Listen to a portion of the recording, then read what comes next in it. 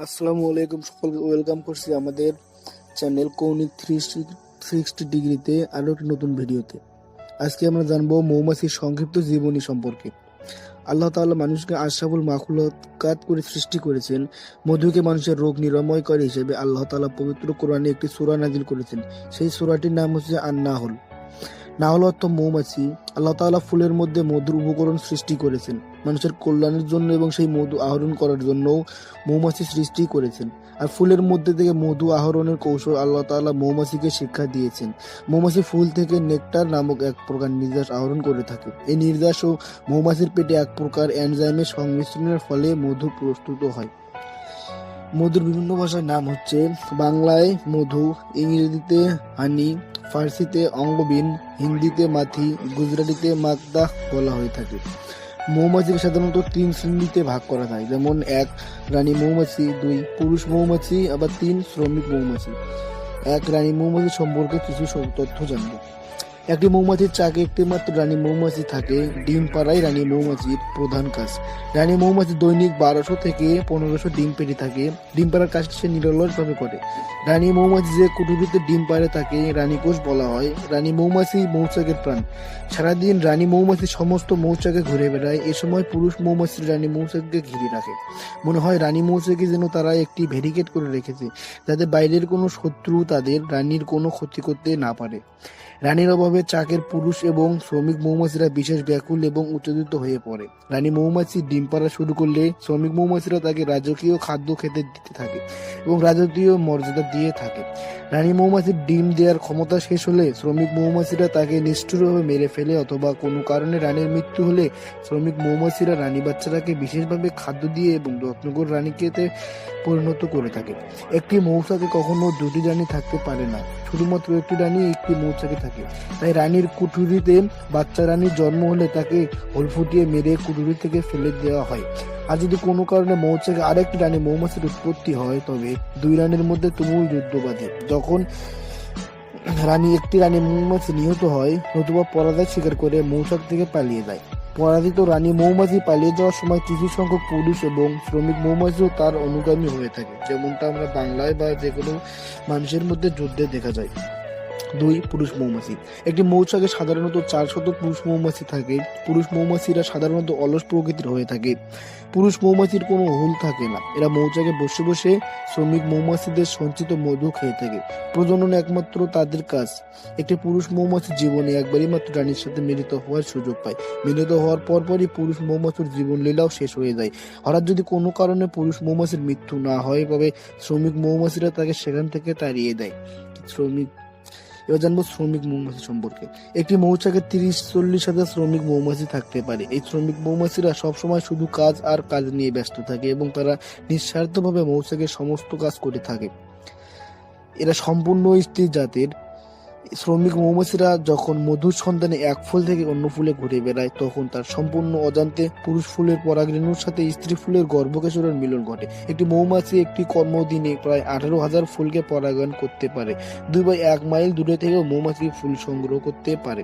ডিম হতে মৌমাছি পরিণত সময় লাগে সাধারণত ডিম থেকে পূর্ণাঙ্গ মৌমাছিতে পরিণত হতে সময় লাগে 16 দিন। ডিম থেকে পূর্ণাঙ্গ পুরুষ মৌমাছিতে পরিণত হতে সময় লাগে সাধারণত 25 দিন। ডিম থেকে পূর্ণাঙ্গ শ্রমিক মৌমাছিতে পরিণত সময় লাগে সাধারণত 20 দিন। তাহলে একটি ডিম থেকে শ্রমিক মৌমাছিতে পরিণত হতে মোট সময় লাগে হচ্ছে 61 দিন। শত্রুর আক্রমণকে মৌমাছির সংঘবদ্ধভাবে প্রতিহত করে। এরা খুব হিংস্র এবং সহজে পোষ মানে না। উত্ত্যক্ত না করলে সাধারণত মৌমাছি কামড়ায় না। বিরক্ত করলে তারা হুল ফোটাতে বাধ্য করে। মৌমাছির দেহ থেকে হুল বিচ্ছিন্ন হওয়ার মাত্র 2 থেকে 2 দিনের মধ্যে সে মৌমাছি মৃত্যুবরণ করে। বর্তমানে বাংলাদেশে শুধুমাত্র সুন্দরবন এলাকা থেকে বছরে 2000 টন মধু এবং 50 টন মোম সংগঠিত হয়। 1 কেজি মধু সংগ্রহ করতে একটি মৌমাছিকে 75,000 বার ফুল থেকে মৌচাকে আসা যাওয়া করতে হয়। মানুষ মাইলের হিসেবে যা পরিমাণে দাঁড়ায় প্রায় 6 লক্ষ মাইল। শ্রমিক মৌমাছিরা ফুলের সন্ধানে মৌচাক থেকে বিভিন্ন দিকে বেরিয়ে পড়ে। ফুলের সন্ধান পেলে মনের আনন্দে সে তৎক্ষণাৎ মৌচাকে ফিরে আসে, আবার ফিরে যায়, আবার ফিরে আসে, আবার ফিরে যায়। সুন্দর নাচের ভঙ্গিতে ফুল বাগানের সন্ধানে খবর সে সকল মৌমাছিকে জানিয়ে দেয়। তারপর পথ দেখে সবাইকে নিয়ে যায় সেখানে মধু আহরণ করতে। বসন্তের আগমনে গাছে গাছে যখন ফুলের সমারোহ চলে, সে সময়ে সবচেয়ে বেশি মধু সংগৃহীত হয়। মৌমাছির সংখ্যা বেশি হলে অথবা মৌচাকের মধুর সঞ্চয় বেশি হলে অথবা স্থান সংকুলান না হলে মৌমাছিরা ঝাঁক বেঁধে উড়ে চলে যায়। মৌমাছির কামড় বাত রোগের জন্য বিশেষ উপকারী হয়ে থাকে। মৌমাছি হোল ফুটালে সাথে সাথে হোল তুলে ফেললে এবং মধু ঘষে দিলে খুব তাড়াতাড়ি জ্বালা যন্ত্রণা কমে যায়। ফুলের সঙ্গে মৌমাছির সম্পর্ক। ফুলের সঙ্গে মৌমাছির এক নিবিড় সম্পর্ক, ঘনিষ্ঠ সম্পর্ক রয়েছে। ফুলের মধু রসই মৌমাছির একমাত্র খাদ্য, তাই ফুল ছাড়া সে বাঁচতে পারে না। এই দুয়ের ঘনিষ্ঠতা অত্যন্ত ফলপ্রসূ এবং সুদূর প্রসারী হয়ে থাকে। অন্য অন্য ফুলপ্রেমিক কীট পতঙ্গ যেমন ভ্রমণ, বলতে এবং প্রজাতিরা যে কোনো ফুল থেকে মধু সংগ্রহ করে এবং খেয়ে থাকে। যে কোনো ধরনের বাজ বিচার নেই, কিন্তু মৌমাছি সেই দিক থেকে অত্যন্ত বিশ্বস্ত। এক সময় একই ফুল থেকে মধু পান করে থাকে, অন্য জাতের ফুলের দিকে কখনো ফিরেও তাকায় না। এই কাজে এই প্রক্রিয়ায় বহু গাছের ফুল নিজ জাতের পরাগরেণু প্রাপ্তির সুযোগ পায় মৌমাছির সাহায্যে। যেমন ধরা যায় সরিষা ফুল আর বেশি বীজ উৎপন্ন করতে সক্ষম হয়। এই প্রাকৃতিক অনুবন্ধনের জন্য প্রায় 10,000 বৃক্ষ প্রজাতি বেঁচে আছে মৌমাছির সহায়তার কারণে। মৌমাছি মানব ফুলকে দুটো অত্যন্ত মহৎ জিনিস দিয়ে থাকে। একটি হলো চিনি থেকেও মিষ্টি মধু, অপরটি হলো সব থেকে হালকা মোম, পুষ্পরস বা নেকটার যেভাবে মধুতে পরিণত হয়। মাঠ, বাগান, ক্ষেত, পাহাড়, বন জঙ্গল প্রভৃতি জায়গা থেকে মৌমাছি দলে দলে ফুলের নির্যাস বয়ে আনে তাদের মৌচাকে, আর সেখানে বসে থাকা অপ্রাপ্ত বয়স্ক মৌমাছি মুখের ভিতর ঢুকিয়ে দেয় এবং পুষ্পরস ফুলের নির্যাস আহরণ করে। এই নবীন দল জিহ্বা বিস্তার এবং সংকোচন করে রসের পানির অভাব অনেকাংশে কমিয়ে আনে। তারপর তাদের গ্লাভসে এনজাইম বা উৎসেচক দ্বারা ধীরে ধীরে পরবর্তীতে লেডুলোস ডেক্সট্রোজে এই গাঢ় রস মধু চক্রের কোষে মোম দিয়ে ঢেকে সংরক্ষিত করে রাখে। এতে এনজাইম সক্রিয় থাকে। এই সঞ্চিত রসে ফলে কয়েক সপ্তাহের মধ্যে এই সংরক্ষিত সবুজ মধু সোনালী গাঢ় রঙে পরিণত হয়ে যায়। একটি মৌমাছি কত মধু সংগ্রহ করে সেটা জানার জন্য, একটি মৌমাছি দিনে তার ওজনে প্রায় 10 গুণ বেশি মধু আহরণ করে থাকে। এক হিসেবে দেখা যায় যে একটি চাক বাঁচাতে প্রায় 17 মিলিয়ন মাইল মৌমাছিদের উঠতে হয় মধু সংগ্রহ করার জন্য। মৌমাছির এই কর্তব্য পরায়ণ যে বসন্ত এবং গ্রীষ্মে 6 থেকে 7 সপ্তাহে উত্তঙ্গ আহরণ করে পুরে সমস্ত শক্তি নিঃশেষিত হয়ে আকাশে বহু মৌমাছি ঝরে পড়ে বিরতিত মৃত্যুবরণ করে থাকে।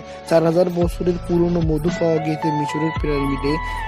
সে মধু এখনো অক্ষুণ্ণ, অমিশ্রিত এবং খাঁটি। এবারে আমরা জানবো মধুর কয়েকটি সংক্ষিপ্ত গুণ সম্পর্কে। 1. মধু ত্বকের উজ্জ্বলতা বৃদ্ধি করে, মধু রুচি বৃদ্ধি করে, মধু কোষ্ঠকাঠিন্য দূর করে, মধু পেট পরিষ্কার করে, মধু সর্দি কাশি সরাতে সাহায্য করে, মধু বিভিন্ন প্রকারের ব্যাকটেরিয়াকে ধ্বংস করে। মধুতে কোনো ফ্যাট বা কোলেস্টেরল নেই, তাই সুস্থ, অসুস্থ, শুকনো, মোটা এবং যে কেউ মধু খেতে পারেন। সুস্থ মানুষ দিনে 2 চামচ মধু অনায়াসে খেতে পারেন। বেশি মধু খেলে অন্যান্য কার্বোহাইড্রেট যেমন ভাত, রুটি, আলু কমিয়ে খেতে হবে, তা না হলে মোটা হয়ে যাওয়ার আশঙ্কা থাকে। পোড়া ঘায়ে মধু মহা ঔষধ। মধু শ্বসনতন্ত্রের ক্ষত রক্ষা করে থাকে। মধু হাঁপানি রোগ দূর করে। মধু হজমে গোলমালে সাহায্য করে। মধু হার্টের অসুস্থতা দূর করে। জিহ্বায় বা মুখে ঘা হলে রাতে ঘুমানোর পূর্বে মধুর প্রলেপ দিয়ে দিলে ক্ষতস্থান সেরে যায়। মধু খেলে টাইফয়েড এবং আমাশয় রোগের জীবাণু মারা যায়। মধু বল এবং বীর্য বৃদ্ধিকারক এবং যৌন অক্ষমতা দূর করে। প্রতি 4 চামচে 2 থেকে 3 চামচ মধু বাচ্চাকে খাওয়ালে ওজনে বেড়ে যায় এবং শরীরের রক্তকণিকা বৃদ্ধি পায়। মধু দুধের মতোই পুষ্টিকর। বৃদ্ধদের জন্য মধু অমৃত তুল্য। মধু বাতের ব্যথা উপশমকারী। মধু মুখের দুর্গন্ধ দূর করে থাকে। মধু শরীরের ফুসফুসকে শক্তিশালী করে থাকে। মধু শরীরের পক্ষাঘাত রোগের প্রতিষেধক। মধু ফুলের পক্ষাঘাত রোগের প্রতিষেধক। মধু রক্ত পরিশোধনকারী। মধু মানসিক রোগের জন্য অত্যন্ত উপকারী। মধু দক্ষ এবং চর্ম দৃষ্টিশক্তি বৃদ্ধির মহা ঔষধ। মধু চোখে লাগালে চোখের দৃষ্টিশক্তি বৃদ্ধি পায়। মধু মুখের অতিরিক্ত লালা দূর করে থাকে। মধু মূত্রথলি পরিষ্কার করে থাকে। মধু লোমকূপের গোড়া পরিষ্কার করে থাকে। মধু উচ্চ রক্তচাপ এবং তাপ নিয়ন্ত্রণ করে থাকে। এবারে আমরা জানবো মধুর কয়েকটি প্রকারভেদ সম্পর্কে। মধু হচ্ছে 8 প্রকার। 1. মাক্ষিক, 2. ভ্রমর, 3. ক্ষুদ্র, 4. পৌত্তিক, 5. ছাত্র, 6. অর্ঘ্য, 7. উদ্দালক, 8 দাল। এদের কিছু গুণ এবং নিষেধ দেওয়া হলো। 1. মাক্ষিক মধু। মধুমক্ষিকরা বা মৌমাছিরা যে তৈলবর্ণ মধু তৈরি করে থাকে তাকে বলা হয় মাক্ষিক মধু। সমস্ত মধুর মধ্যে এটি শ্রেষ্ঠ। এ মধু চক্ষু রোগ বিনাশ করে থাকে, অর্শরোগ নাশ করে, শ্বাসকষ্ট দূর করে, ক্ষয়রোগ নিরাময় করে, ক্ষত নিবারণ এবং কাশ রোগের আরোগ্য করে। এটি লঘুপাক, তাই খেতে কোনো অসুবিধা নেই। ভ্রামক মধু। 2. সাধারণভাবে যে ভ্রমর আমরা দেখি এদের চেয়ে আকারে সামান্য ছোট ভ্রমর সংগৃহীত স্ফটিক তুল্য পরিষ্কার মধুকে ভ্রামক মধু বলা হয়। ভ্রামক মধু মূত্র দ্রোধক, শীতল এবং পিচ্ছিল, রক্তজনিত পিত্ত নিবারক এবং অভিসন্ধারক। 3. ক্ষুদ্র মধু। কপিল বর্ণের যে মধু সূক্ষ্ম মক্ষিকা তাদেরকে ক্ষুদ্র নামে অভিহিত করা হয়। এই মক্ষিকা দ্বারা তৈরি মধুই ক্ষুদ্র মধু নামক অভিহিত হয়। এই মধু মক্ষিক মধুর মতোই গুণান্বিত। এটি ব্যবহারে প্রমেহ নির্ধারিত হয়ে থাকে। 4. পৈতৃক মধু। এক রকমের মৌমাছি দেখা যায় যা আকারে ছোট এবং কামড় অতি তীব্রদায়ক। এদের গায়ের রং কালো এবং এরা বড় পৃত্তিকা। মৌমাছি কর্তৃক মধুর নাম পৈতৃক মধু। এই মধুর রং অনেকটা ঘৃতের মতো হয়ে থাকে। 5. ছাত্র মধু। হিমালয়ের বনে এক ধরনের পীত এবং কপিল বর্ণের মৌমাছি দেখা যায়। এরা ছত্রাকার মৌচাক তৈরি করে থাকে, তাই এর থেকে তৈরি মধুকে বলে ছাত্র মধু। এই মধু দেখতে পীত এবং কপিল বর্ণ হয়ে থাকে। 6. অর্ঘ্য মধু। তীক্ষ্ণ তন্তুযুক্ত এক ধরনের মক্ষিকা দেখা যায়, সেগুলিকে বলা হয় অর্ঘ্য। এদের বর্ণ পীত এবং 2টি পা আছে। এদের দ্বারা তৈরি মধুর নাম হচ্ছে অর্ঘ্য মধু। 7. উদ্দালক মধু। চলতি মাথায় এর নাম হলো উই মধু। উইয়ের ঢিবির মধ্যে এই ধরনের মৌমাছিরা বসবাস করে থাকে এবং অল্প পরিমাণে মধু তৈরি করে। এরাই উদ্দালক নামে পরিচিত। 8. দাল মধু। চলতি ভাষায় এর নাম কুটিরে মধু। ফুল থেকে যে মধু স্থলিত হয়ে বৃত্তের উপর সংগৃহীত হয় তার নাম হচ্ছে দাল মধু। এই মধু ওজনে ভারী হয়ে থাকে। এই মধুতে রসের পরিমাণ অনেক বেশি হয়ে থাকে। তো গাইস, ধন্যবাদ আমাদের সাথে থাকার জন্য। Thanks for watching. এবং পরবর্তীতে আরো নিত্য নতুন ভিডিও পেতে আমাদের চ্যানেলটিকে সাবস্ক্রাইব করুন এবং পাশে থাকা বেল আইকনে ক্লিক করে সাথে থাকুন। ধন্যবাদ। আসসালামু আলাইকুম।